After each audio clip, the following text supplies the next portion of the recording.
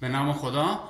اینجا ما می‌خوایم بحث ابراز احساسات و مادر به نسبت به بچهش یا یکی نسبت به دوستش. مثلا خیلی ابراز احساسات میگه تو فندق منی. طرف مثلا ممکنه کوچولو باشه، خوشمزه و دوست داشتنی باشه. خب میگه تو، میگه you،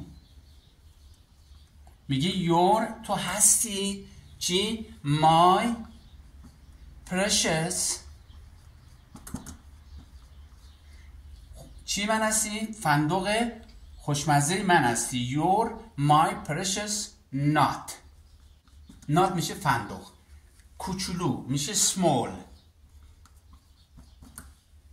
but اما چی هستی؟ خیلی بامزه و پر از عشق هستی. but full of love.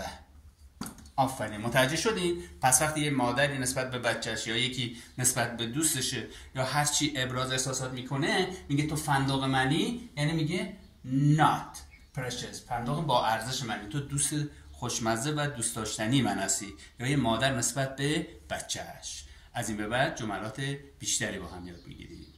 Thanks. See you later.